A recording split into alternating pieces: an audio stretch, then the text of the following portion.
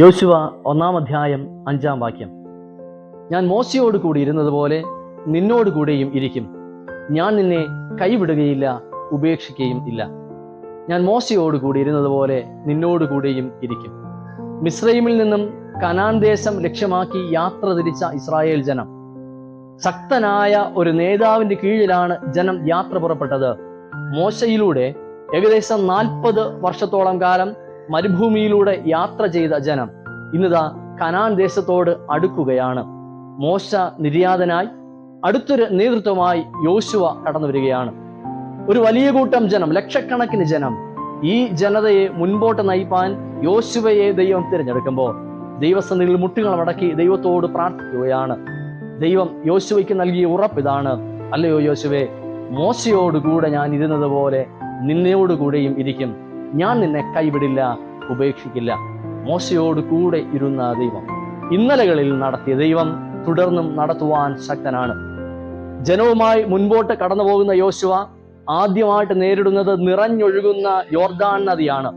നിറഞ്ഞൊഴുകുന്ന യോർദാന്റെ മധ്യേ എപ്രകാരം മറുകരയിൽ എത്തും എന്ന ഭയം ജനത്തിനുണ്ട്. പക്ഷെ യോശുവയ്ക്ക് ഇങ്ങനെ ഒരു ഭയം ഉണ്ടായിരുന്നില്ല. കാരണം ചെങ്കടലിന്റെ നടുവിലൂടെ നടന്നു വന്നവനാണ്.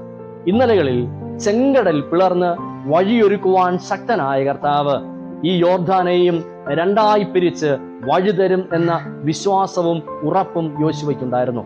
പ്രിയമുള്ളവരെ, ഇന്നലകളിൽ നടത്തിയ ദൈവം ഇനിയും നടത്തുവാൻ ശക്തനാണ്.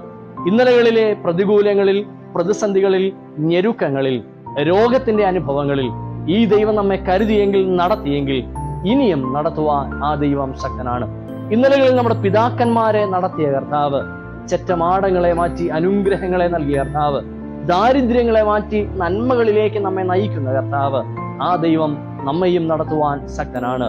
യോശുവയ്ക്ക് ദൈവം നൽകുന്ന ഉറപ്പിതാണ്, യോശുവേ, മുൻനാളുകളിൽ മോശയെ ഞാൻ നടത്തിയെങ്കിൽ, കരുതിയെങ്കിൽ, ഞാൻ നിന്നോട് കൂടെ ഇരിക്കും. ഇന്നലകളിൽ നമ്മെ നടത്തിയ കർത്താവ്, നമ്മുടെ പിതാക്കന്മാരെ കരുതിയ കർത്താവ് നമ്മയും കരുതും, നമ്മയും നടത്തും.